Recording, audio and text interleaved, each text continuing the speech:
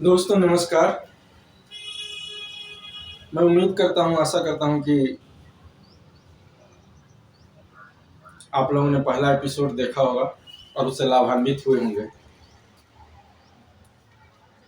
जैसा कि मैंने आपको बताया था, मैंने अपने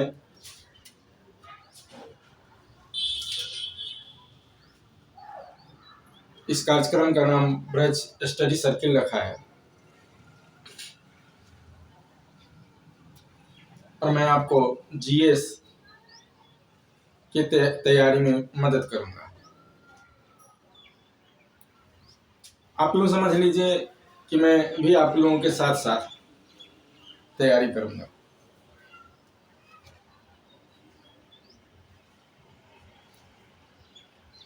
मैं अपने को आपका शिक्षक नहीं, आपका मित्र समझता हूँ।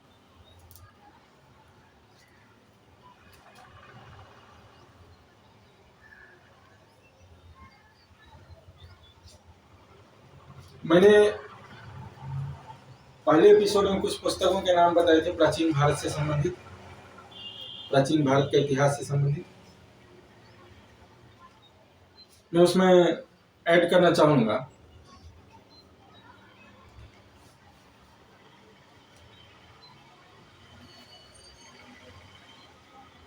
और मैं समझता हूं कि ऐसा करना अत्यावश्यक भी है कि आप लोगों को कक्षा 6ठी से लेकर कक्षा 12वीं तक की एनसीईआरटी की पुस्तकों का गहन अध्ययन करना चाहिए। काफ़ी सरल भाषा में पुस्तकें लिखी गई हैं एनसीईआरटी की, काफ़ी सस्ती भी हैं, ऑनलाइन भी उपलब्ध हैं। एनसीईआरटी की वेबसाइट पर जाके आप निःशुल्क बिना एक पैसे खर्च किए डाउनलोड भी कर सकते हैं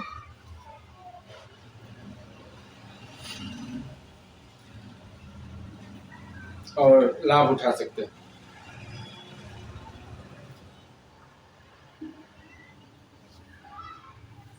तो एनसीईआरटी की पुस्तकों में से आपको भूगोल, इतिहास, नागरिक शास्त्र या संविधान कहिए उसको, विज्ञान,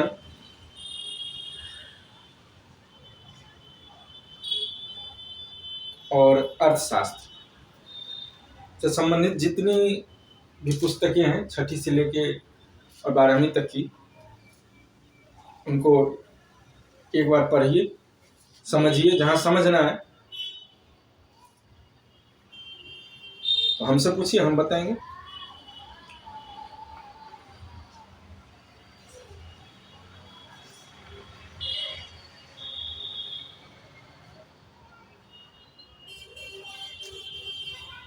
मैं समझता हूँ कि अगर आप इतना कर लेते हैं तो आपके पास जीएस से संबंधित सभी विषयों का प्रारंभिक ज्ञान हो जाएगा। फंडामेंटल जो नॉलेज है वो आ जाएगा, जो कि काफ़ी जरूरी भी है, आवश्यक है। बाकी तो प्रत्येक विषय के लिए मैं जो विशेष पुस्तकें हैं, विशेष रूप से जो आईएएस और बीपीएससी सिविल सेवा परीक्षा की तैयारी करने वाले बच्चे हैं, उनको ज़्यादा गहराई से और विस्तृत रूप से अध्ययन करने की आवश्यकता होती है।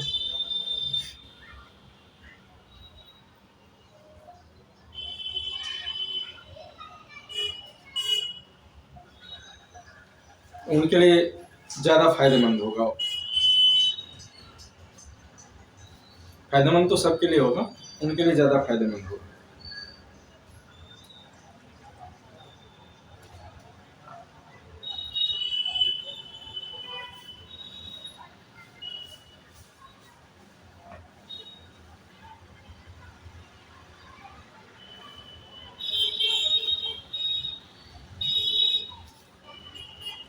पहली कक्षा में हमने प्राचीन भारत से संबंधित कुछ बातें की थी।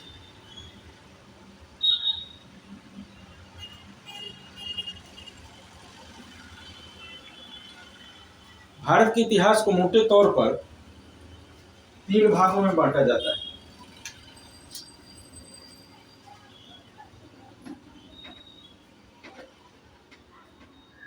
प्राचीन भारत का इतिहास,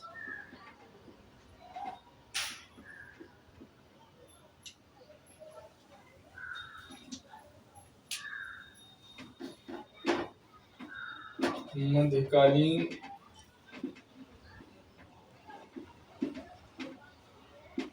भारत का इतिहास,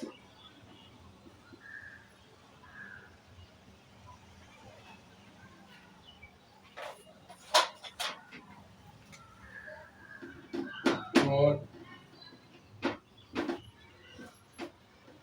आधुनिक भारत का इतिहास।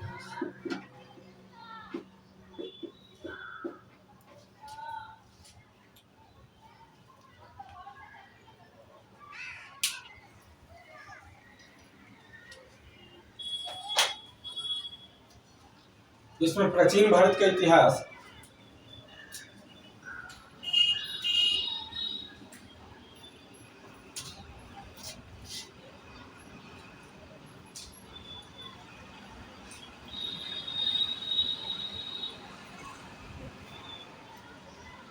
जिसमें प्राचीन भारत का इतिहास 10 लाख ईसा पूर्व से लेकर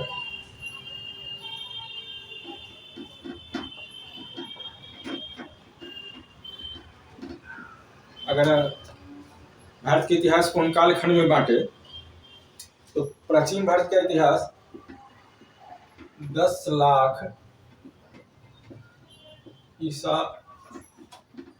पूर्व से लेकर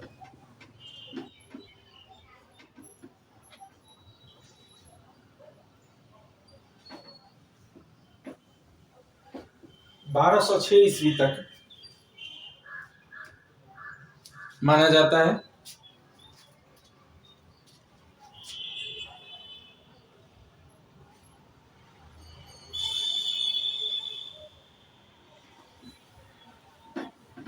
हमारा बोर्ड थोड़ा छोटा है इसलिए परेशानी होती है।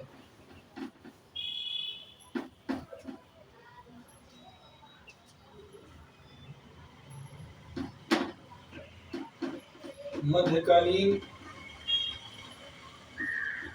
भारत का इतिहास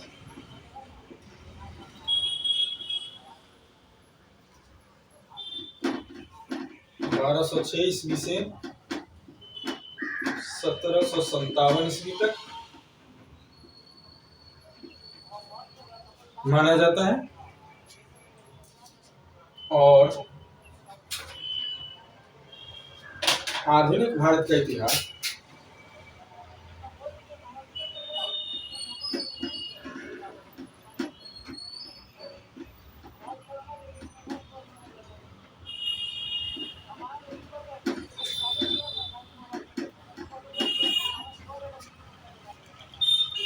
सत्रह सौ 57 ईस्वी से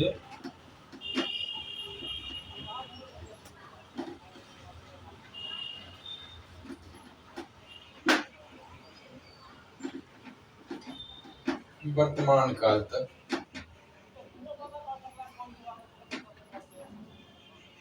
माना जाता है।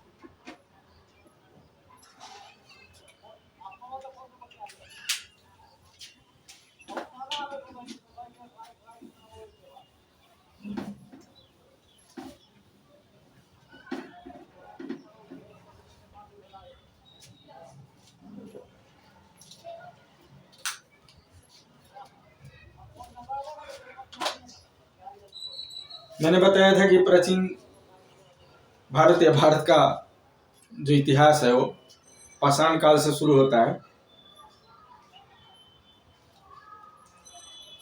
जब मानव सभ्यता के प्रारंभिक अवशेष प्राप्त होते हैं। उस काल में संभवतः मानव ने बोलना भी नहीं सीखा था, लिखने की तो बात दूर है, इसलिए उस काल के लिखित दस्तावेज नहीं मिलते, कोई प्रमाण नहीं मिलता लिखित। हम पूरी तरह से पुरातत्व पर निर्भर हैं। हाँ, कहीं कहीं गुफाओं में चित्र उकेरे गए हैं, जैसे मध्य प्रदेश के भीमबेटका में शिकार कर रहे शिकारियों के चित्र हैं।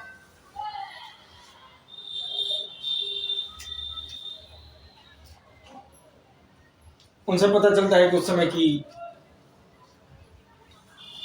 जो अर्थव्यवस्था थी, उस समय का जो रहन सहन था, वो शिकार आधारित था।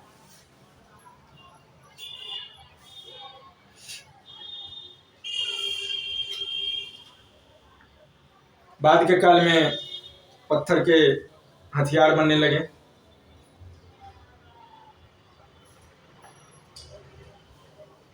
हथियारों के स्वरूप में सुधार होने लगा। फिर मानव ने कृषि करना सीखा और एक स्थान पर टिक कर रहने लगा, जिससे कि समाज और परिवार का विकास हुआ। संभवतः प्रारंभिक काल में परिवार की अवधारणा नहीं थी। ऐसे में स्त्रियों को विशेष रूप से परेशानी होती थी, क्योंकि स्त्रियां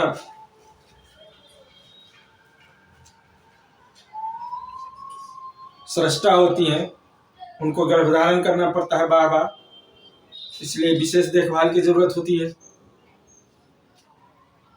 अब कोई अगर निश्चित पिता ना हो बच्चे का,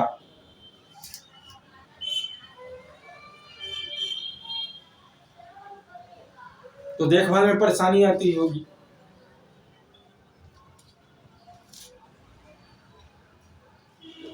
फिर एक स्त्री और एक पुरुष आपस में संबंध बनाने लगे, जिससे परिवारों का जन्म हुआ और यह निश्चित हो गया कि किस बच्चे का पिता कौन है। एक ही पुरुष एक स्त्री से बच्चों को जन्म देता था।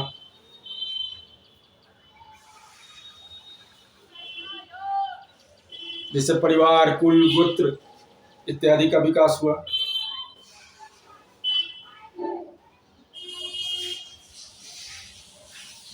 फिर समाज में जो विवाद उत्पन्न होते थे, उनके निपटारे के लिए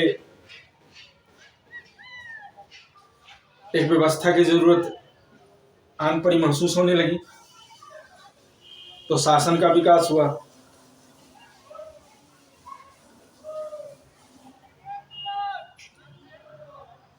ज्यादा स्थानों पर हम पाते हैं कि प्राचीन काल में भी राजतंत्र था और काफी स्थानों पर गणतंत्र भी था, जिसमें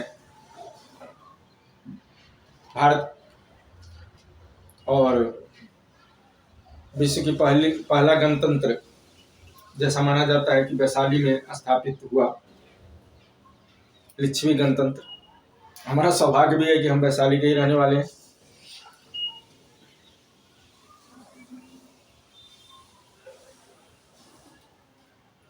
मोटे तौर पर 1206 ईस्वी को इसलिए विभाजनकारी काल माना जाता है, प्राचीन भारत का अंत माना जाता है, क्योंकि उस समय भारत पर, खासकर दिल्ली पर, जो भारत का दिल कहलाती है, मुस्लिम आक्रांताओं का कब्जा हो गया और जो सिस्टम हजारों सालों से चला आ रहा था प्राचीन भारतीय समाज का, शासन व्यवस्था का, उसका अंत हो गया। एक नई व्यवस्था ने जन्म लिया।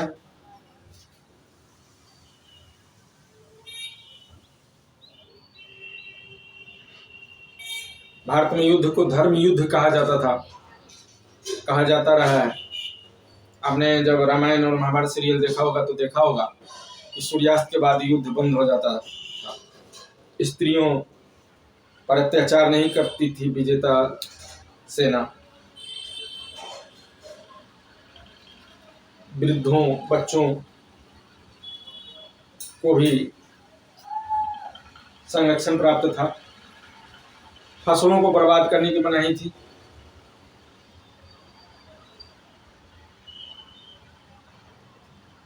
पशुओं की हत्या नहीं की जाती थी। लेकिन जब मुस्लिम आक्रांताओं का आगमन हुआ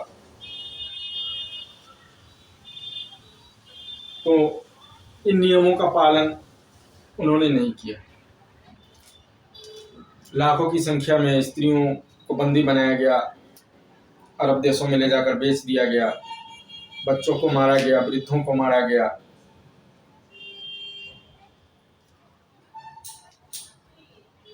भारतीय संस्कृति का सामना एक नए प्रकार की संस्कृति से हुआ। इससे पहले जो भी आक्रांता भारत आए और भारतीय समाज में घुलते मिलते गए, आत्मसात होते गए।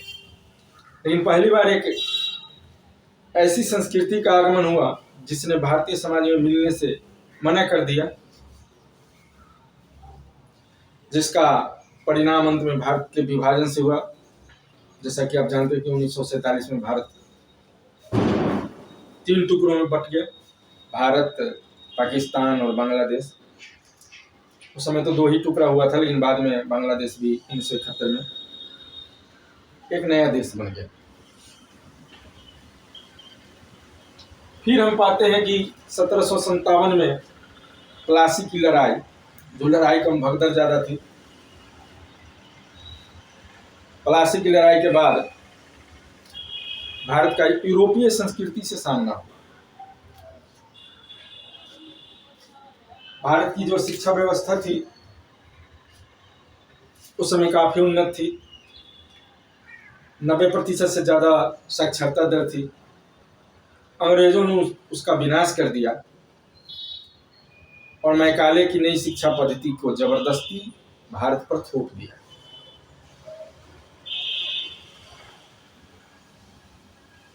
अंग्रेजों को क्लर्कों की जरूरत थी शासन संचालन में सहायता के लिए। उनको भारत के विकास से कोई लेना देना नहीं था, उनको तो बस लूटना था भारत को। जैसा कि दादा भाई नौरोजी ने कहा था कि अंग्रेजी सिस्टम इस तरीके से काम करती है कि गंगा के पानी को स्पंज से सोखकर और टेम्स में ले जाकर छोड़ देता है।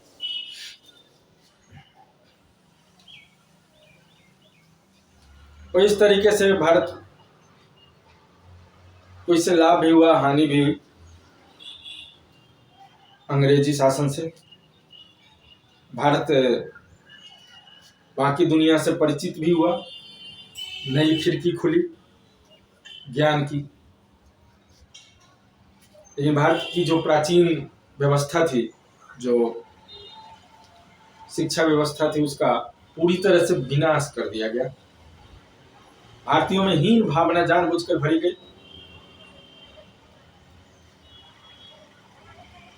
भारत के लोग विदेशी विद्वानों पर निर्भर होते गए। यहाँ तक कि संस्कृत और इतिहास की किताबों की व्याख्या भी अंग्रेज करने लगे, फ्रेंच करने लगे, जर्मन करने लगे, जिनको संस्कृत का ABCD भी पता नहीं था।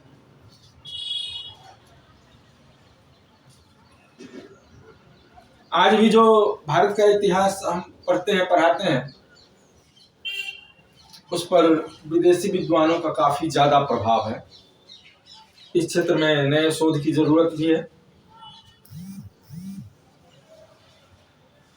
और ऐसा होना अत्यावश्यक भी है, क्योंकि विदेशी चश्मे से हम भारत के इतिहास और भारतीय संस्कृति को सही तरीके से नहीं देख सकते।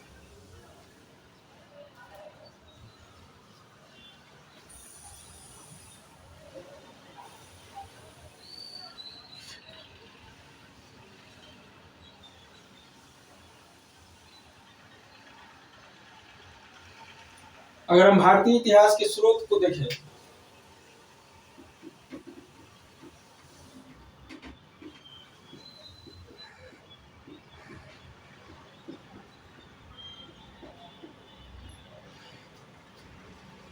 तो कई तरह के स्रोत उपलब्ध हैं, जिसमें मुख्य रूप से लिखित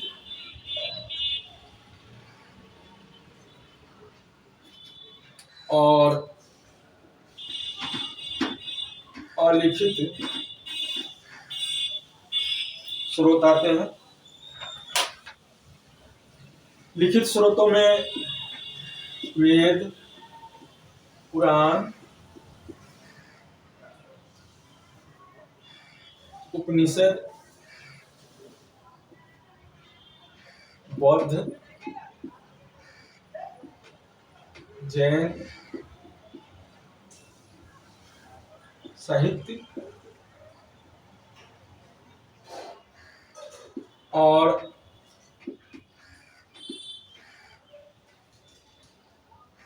काव्य पुस्तकें, नाटक,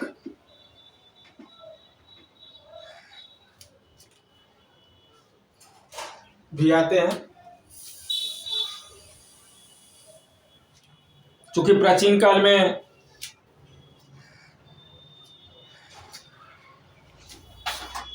किसी भी लिखित सामग्री को कॉपी करना, उसकी प्रतियां बनाना काफी मुश्किल काम था, इसलिए लोग रटंत विद्या पर निर्भर थे। और जाहिर है कि कविता को, पद्य को रटना आसान होता है, इसलिए पद्यों की रचना ज्यादा हुई। संस्कृत में श्लोकों की रचना ज्यादा हुई। पाली, प्राकृत में गद्य की भी रचना हुई।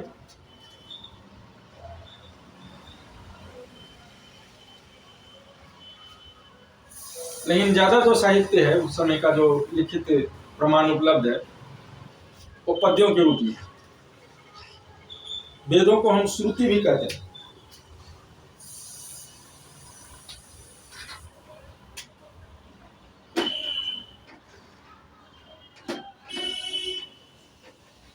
क्योंकि एक लंबे समय तक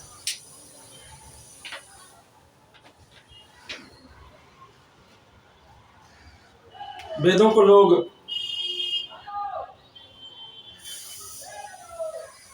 सुनते सुनाते रहे। गुरु शिष्यों को याद करा देता था,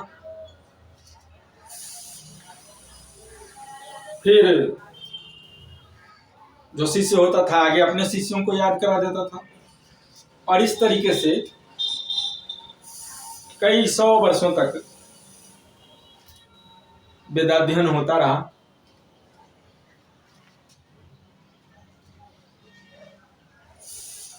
जब तक कि लिपि का आविष्कार नहीं हुआ।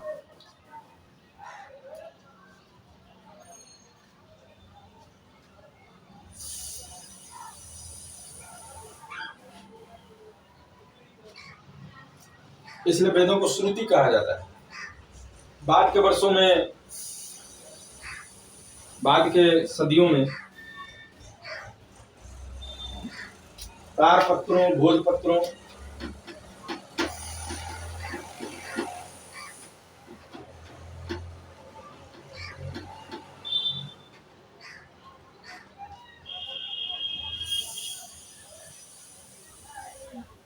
पर वेद लिखे जाने लगे। लेकिन इस दौरान काफी सारे छेपक, जब तक कि सुनने सुनाने और याद कराने की परंपरा चलती रही,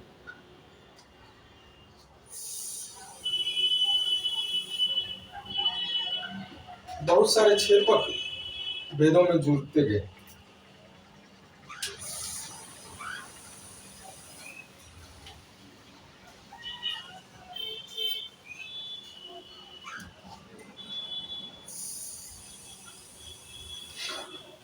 उदाहरण के लिए ऋग्वेद में जो दशम मंडल में वर्ण व्यवस्था के जन्म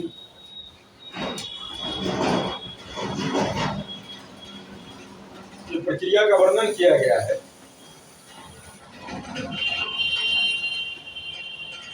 वह एक छेपक है।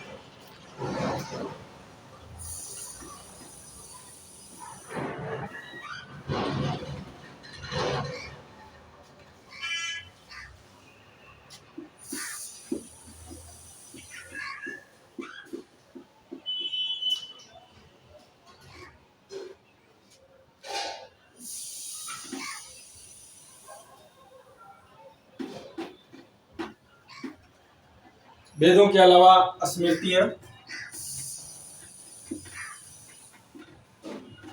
जिसमें मनु स्मृति सबसे प्राचीन है।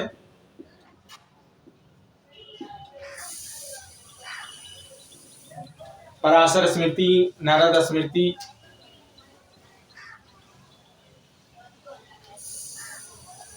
मिताक्षरा जो विज्ञानेश्वर द्वारा लिखित है, दाय भाग जो जीमूत वाहन द्वारा लिखित है, इसमें से मिताक्षरा उत्तर भारत के समाज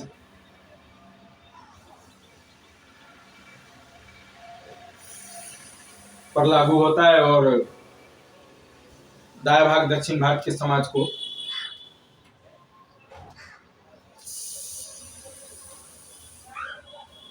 निर्देशित करता है कि समाज का संचालन किस तरह से होना चाहिए, स्त्रियों का क्या स्थान होगा उसमें, उत्तराधिकार के नियम क्या होने चाहिए, विवाह के नियम क्या होने चाहिए।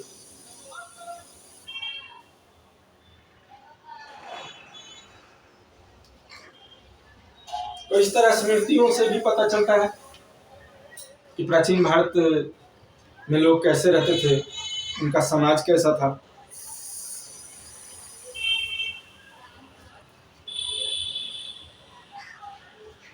साथ ही जो साहित्य है, इन धार्मिक साहित्यों के अलावा जो लौकिक साहित्य है, जैसे पांडभट्ट, कालिदास वगैरह जो लिखा गया मनोरंजन के लिए, जो विशुद्ध साहित्य जिसे कहा जा सकता है,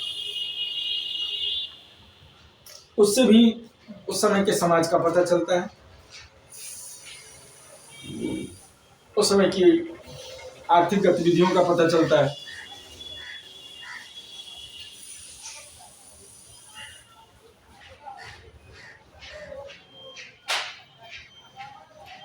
और इनके अलावा जो पुरातात्विक अवशेष है,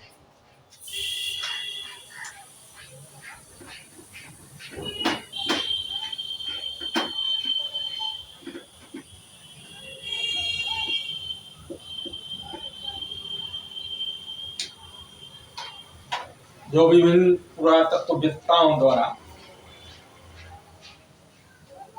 कराई गई, समय समय पर कराई गई खुदाइयों से पता चलता है, जो अवशेष मिले हैं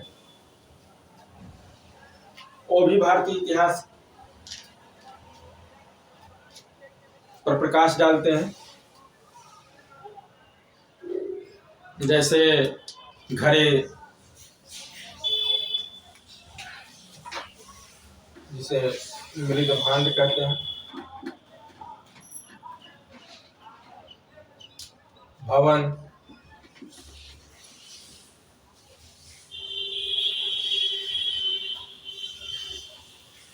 समाधान, जहाँ के मृतकों को गाड़ा जाता था मिट्टी में, और इसके अलावा सिक्के।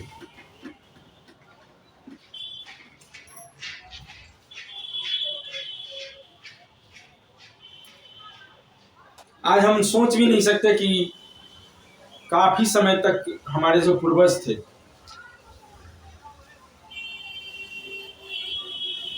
वो पॉटरिंग सिस्टम से काम चलाते रहे, आर्थिक गतिविधियों का संचालन करते रहे।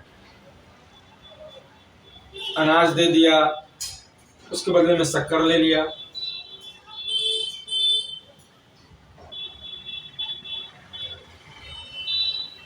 जिसके पास मछली है उसने मछली दे दी, दूध ले लिया उसके बदले में।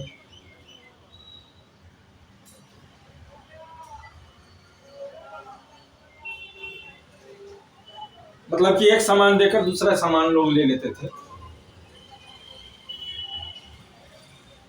या फिर श्रम करके उसका मूल्य चुकाते थे।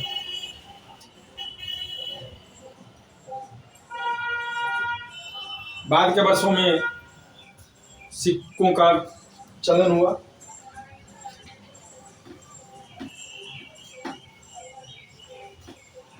भारत में प्राचीनतम जो सिक्के मिले वो मगध सम्राट बिंबिसार के काल के मिले। उन्हें हम आहत सिक्के कहते हैं।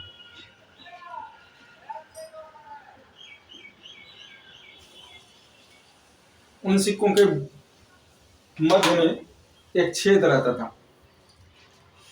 और सबसे आश्चर्य की बात तो यह है कि जो प्रारंभिक सिक्के चलाए गए वो शासन ने नहीं चलाए, श्रेणियों ने चलाए। जो व्यापारिक श्रेणियां थी, व्यापारियों का जो समूह था, उसने चलाए।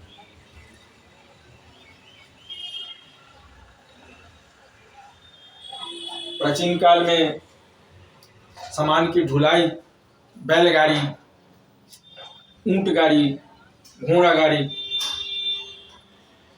नाव द्वारा की जाती थी। और जो काफिला चलता था बैलगाड़ियों का, घोड़ा गाड़ियों का, उसे सारथी कहते थे। और उसका जो प्रमुख होता था उसे सारथवाह कहते थे। भारत से काफिला चलता था और सुमेरिया तक जाता था, जो आधुनिक इराक,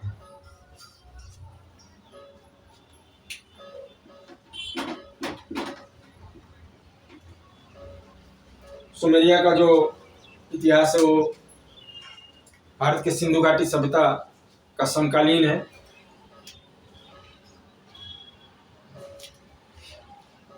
सिक्के भारत के ज्यादा मिले विदेश में,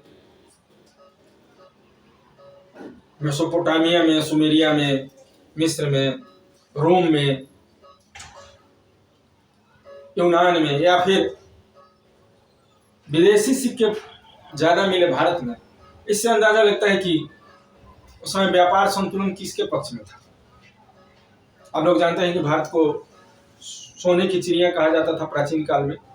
तो इसका कारण यह था कि विश्व की जो उत्पादन व्यवस्था थी उसमें भारत का महत्वपूर्ण स्थान था। वैश्विक जीडीपी में भारत काफी ऊंचा स्थान रखता था। भारतीय सामानों की दुनिया भर में काफी ज्यादा मांग थी, खासकर लोहे के सामान और सूती वस्त्रों की।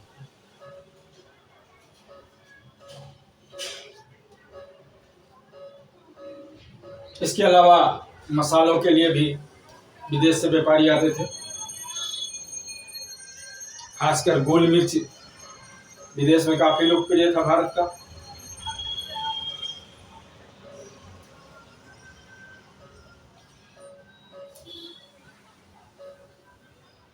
इस तरह से हम पाते हैं कि सिक्के भी अतीत में झांकने का एक अच्छा साधन है इतिहासकारों के लिए।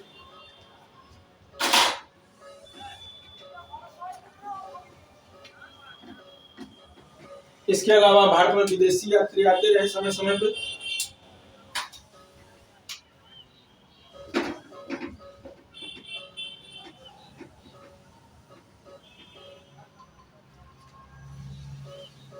मेगास्थनीज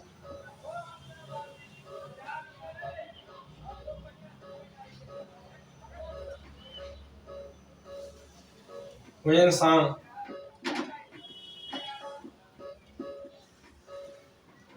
फाहियान, अल-बरूनी, इब्ने बतूता,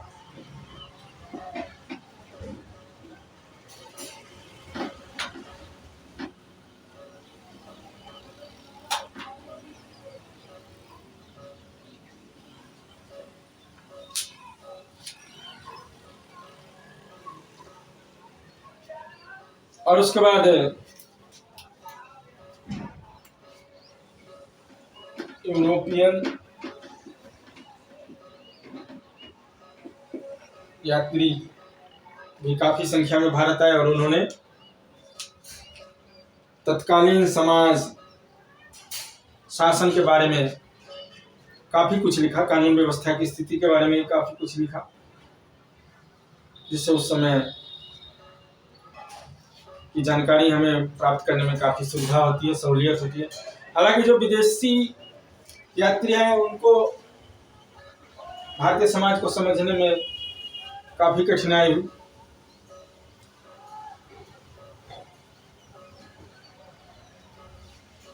उनको पता ठीक से लग नहीं पाया कि भारतीय समाज की स्थिति क्या है। वो अपने चश्मे से भारतीय समाज को देखते थे। उदाहरण के लिए मेगास्थनीज ने कहा कि भारत में 7 जातियां हैं।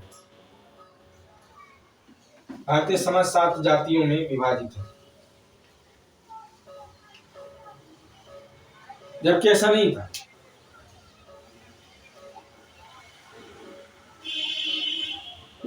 उसने कहा कि भारतीय समाज दार्शनिक,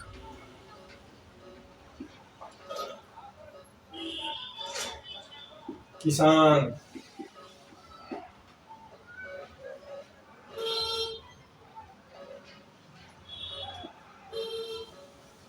चर, मंत्री,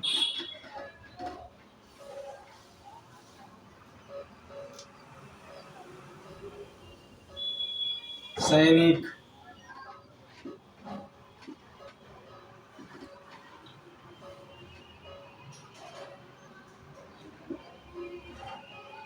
आदि 7 जातियां भारतीय समाज में पाई जाती हैं।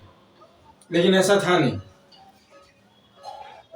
ये तो शासन चलाने की सुविधा के लिए या फिर कार्यकारी संगठन थे।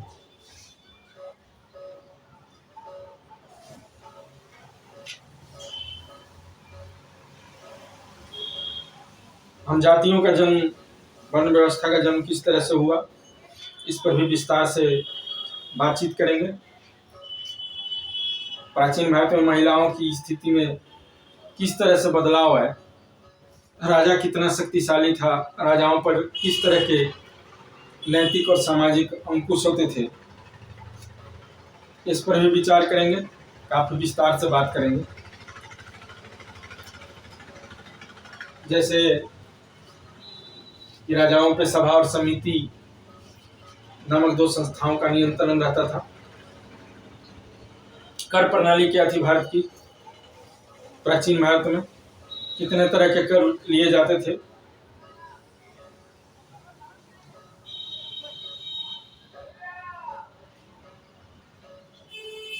हुंडी सिस्टम क्या था और इसने व्यापार को बढ़ाने में किस तरह से मदद की, इन बातों पर भी बात करेंगे। इन फिलहाल ये क्लास कुछ ज़्यादा ही लंबा होने लगा है, इसलिए हम अपनी वाणी को विराम देना चाहेंगे। लेकिन अंत में आप लोगों से विनती करेंगे कि आप लोग ये मेरे चैनल को सब्सक्राइब करें, अविलंब सब्सक्राइब करें, जिससे मेरा उत्साहवर्धन हो और आगे भी मैं आपका मार्गदर्शन करता रहूं। हमने मोटे तौर पर अभी तक भारतीय इतिहास पर बात की है। आगे हम चैप्टर वाइज काफ़ी विस्तार से बात करने वाले हैं। पूरा पाषाण काल की बात करेंगे पहले हम, फिर मध्य पाषाण काल, फिर नव पाषाण काल, और इस तरह से उत्तरोत्तर आगे बढ़ते जाएंगे। तो अगले एपिसोड तक के लिए आपसे हम विदा चाहेंगे। हैप्पी दिवाली।